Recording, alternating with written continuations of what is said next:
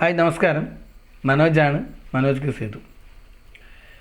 എൻ്റെ ആദ്യ സിനിമയായ കുത്തൂടിന് ശേഷം ഞാൻ ചെയ്യാൻ പോകുന്ന സിനിമയാണ് ദിശ. കഴിഞ്ഞ ഒക്ടോബർ 16 ദിശയുമായി ബന്ധപ്പെട്ട് ഞാനൊരു കാസ്റ്റിംഗ് കോൾ വിളിച്ചിരുന്നു.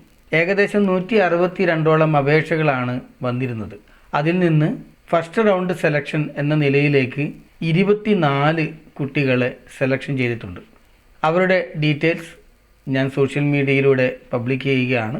കൂടാതെ ഈ സെലക്ഷനായ കുട്ടികളുടെ പേരൻസിലേക്ക് അല്ലെങ്കിൽ കുട്ടികളിലേക്ക് അത് പേഴ്സണൽ വാട്സപ്പിലൂടെയും അറിയിക്കും. ഈ അപേക്ഷയോടൊപ്പം പലപ്പോഴും അതിൽ നമ്മൾ ഏറ്റവും വ്യക്തമായി പറഞ്ഞ കാര്യങ്ങൾ ഈ കാസ്റ്റിംഗ് കോളിൽ അയക്കുമ്പോൾ പലരും ശ്രദ്ധിക്കാറില്ല.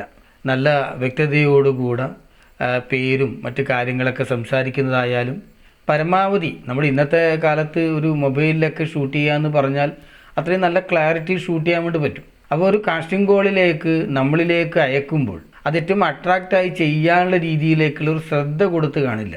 പല വീഡിയോക്കും അത് എന്താണ് കുട്ടികൾ സംസാരിക്കുന്നത് എന്ന് മനസ്സിലാകാൻ പോലും ഭയങ്കര ബുദ്ധിമുട്ടൊക്കെ ഉണ്ടായിരുന്നു. പ്രത്യേകിച്ച് കുട്ടികളുടെ പേരൊക്കെ പറയുമ്പോൾ അത് ഞാൻ രണ്ടാമത് മെസ്സേജ് ചെയ്ത് എന്താണ് പേര് എന്ന് ചോദിക്കേണ്ടി വന്ന സാഹചര്യം പോലും ഉണ്ട്. അതുപോലെ തന്നെ ആദ്യം മെയിലിലായിരുന്നു കാസ്റ്റിംഗ് കോൾ വിളിച്ചിരുന്നത്.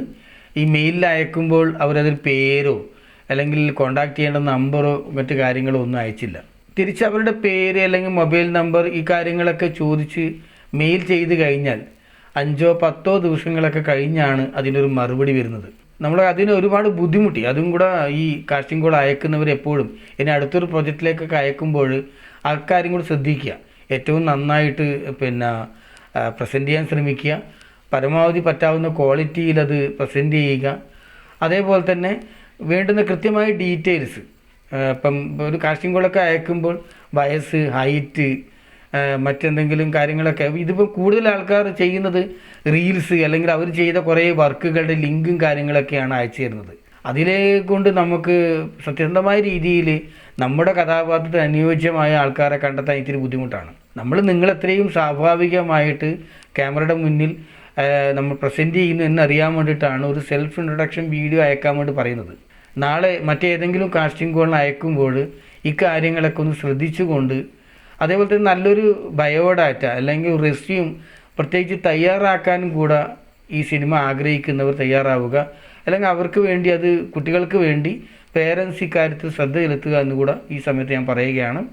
ഇതിൽ തന്നെ നീരവ് ശങ്കർ, തപസ്യ എന്നീ കുട്ടികളുടെ കോൺടാക്റ്റ് നമ്പറോ മറ്റ് അഡ്രസ്സോ കാര്യങ്ങളോ ഒന്നും കിട്ടിയിട്ടില്ല.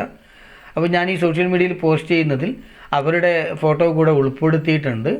ഇത് കാണുകയാണെങ്കിൽ അതിൻ്റെ താഴെ ഞാൻ വാട്സപ്പ് നമ്പർ കൊടുക്കാം. അതിലേക്ക് നിങ്ങളുടെ ഡീറ്റെയിൽസും കൂടെ അയക്കണമെന്ന് ഇക്കൂട്ടത്തിൽ അഭ്യർത്ഥിക്കുകയാണ്.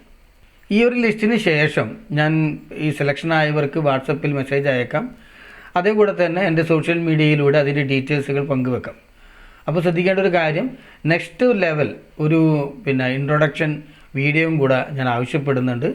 അത് ഞാൻ ഈ പറഞ്ഞതുപോലെ ഏറ്റവും നല്ല ക്വാളിറ്റിയിൽ നല്ല ശബ്ദ ഇതോടുകൂടെ വ്യക്തമായിട്ട് അത് പങ്കുവെക്കാൻ ശ്രമിക്കുക.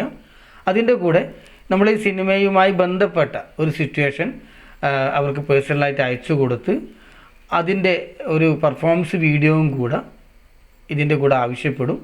അതിന് ശേഷമായിരിക്കും ഫൈനൽ ലിസ്റ്റിലേക്ക് പോവുക. നമുക്ക് പ്രധാനമായി 5 കുട്ടികളെയാണ് വേണ്ടത്. 2 ആൺകുട്ടികൾ, 3 പെൺകുട്ടികൾ. അല്ലെങ്കിൽ അത് നേരെ തിരിച്ചു സംഭവിക്കാം. 3 ആൺകുട്ടികൾ, 2 പെൺകുട്ടികൾ. അപ്പോൾ 5 കുട്ടികൾ പ്രധാനമായിട്ടും ഈ കഥയിൽ വേണ്ടുന്നതാണ്.